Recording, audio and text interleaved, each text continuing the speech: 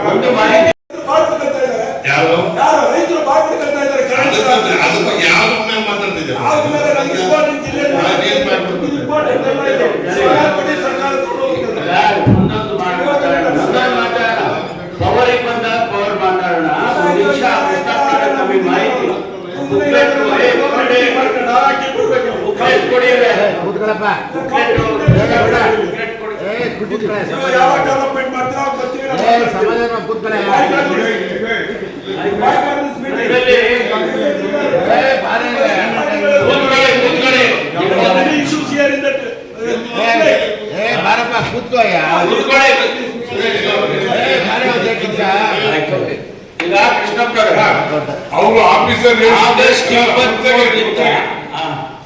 ಸಂಬಂಧಪಟ್ಟ ಅಧಿಕಾರಿಗಳು ಪೇಮೆಂಟ್ ಆಗಿದೆ ಅಂತ ಕ್ಲಾರಿಫೈ ಮಾಡಿ.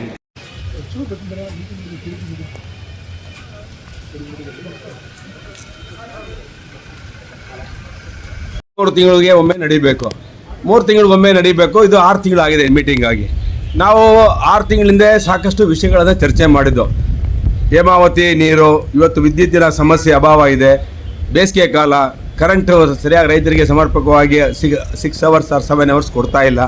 ಇವು ಇಂಪಾರ್ಟೆಂಟ್ ಇದೆ. ಇದ್ಯಾವುದೋ ಭಾಗ್ಯಗಳನ್ನ ಹಿಡ್ಕೊಂಡು ರೇವಣ್ಣ ಅವ್ರಿಗೆ ಯಾವುದೋ ಒಂದು ಪೋಸ್ಟ್ ಕೊಟ್ಟು ಸರ್ಕಾರ, ಭಾಗ್ಯಗಳೇ ಇವತ್ತು ಯಾರು ಮಾತಾಡ್ತಾ ಇಲ್ಲ. ಆ ಭಾಗ್ಯಗಳ ಬಗ್ಗೆ ರಿವ್ಯೂ ಮಾಡ್ಕೊಂಡು ಗಂಟುಗಟ್ಟಲೆ ಕೂತಿದ್ದಾರೆ. ನಮಗೆ ಇವತ್ತು ಕರೆಂಟ್ ಅಭಾವ ಇದೆ, ಕರೆಂಟ್ ವಿದ್ಯುತ್ ಸಮರ್ಪಕವಾಗಿ ವಿತರಣೆ ಆಗ್ತಿದೆ ರೈತರ ಪಂಪ್ ಸೆಟ್ಗಳಿಗೆ ಅನ್ನೋ ವಿಷಯ ತುಂಬ ತುರ್ತಾಗಿ ತಗೊಳ್ಬೇಕಾಗಿದೆ. ಹೇಮಾವತಿ ಎಕ್ಸ್ಪ್ರೆಸ್ ಪೈಪ್ ಲೈನ್ಗಳನ್ನು ನಿಲ್ಲಿಸಬೇಕು ಅಂತೇಳಿ ಒಂದು ಕಮಿಟಿ ಮಾಡಿ ಅಂತ ಹೇಳಿದ್ದು. ಆ ಕಮಿಟಿ ಮಾಡಿ ಏನಾಗಿದೆ ಅದನ್ನು ನಿಲ್ಲಿಸಿ ಅಂತ ಹೇಳಬೇಕಾಗಿತ್ತು. ಬೇರೆ ಬೇರೆ ವಿಷಯಗಳು ಸಾಕಷ್ಟು ಜಿಲ್ಲೆಯಲ್ಲಿದೆ. ಯಾರ ಈ ರೇವಣ್ಣವರು ಬಂದು ಯಾವುದೋ ಕ್ಯಾಬಿನೆಟ್ ರ್ಯಾಂಕ್ ತಗೊಂಡು ಬಂದು ಇಲ್ಲಿ ಕೂತ್ಕೊಂಡು ಈ ಭಾಗ್ಯಗಳ ಬಗ್ಗೆ ರಿವ್ಯೂ ಮಾಡ್ತಾ ಕೂತಾರೆ 1 ಗಂಟೆಯಿಂದ. ಅದರಿಂದ ಈ ಥರ ಮೀಟಿಂಗ್ಗಳಲ್ಲಿ ಜಿಲ್ಲೆಗಳಲ್ಲಿ ಸಾಕಷ್ಟು ಇಶ್ಯೂಗಳಿವೆ.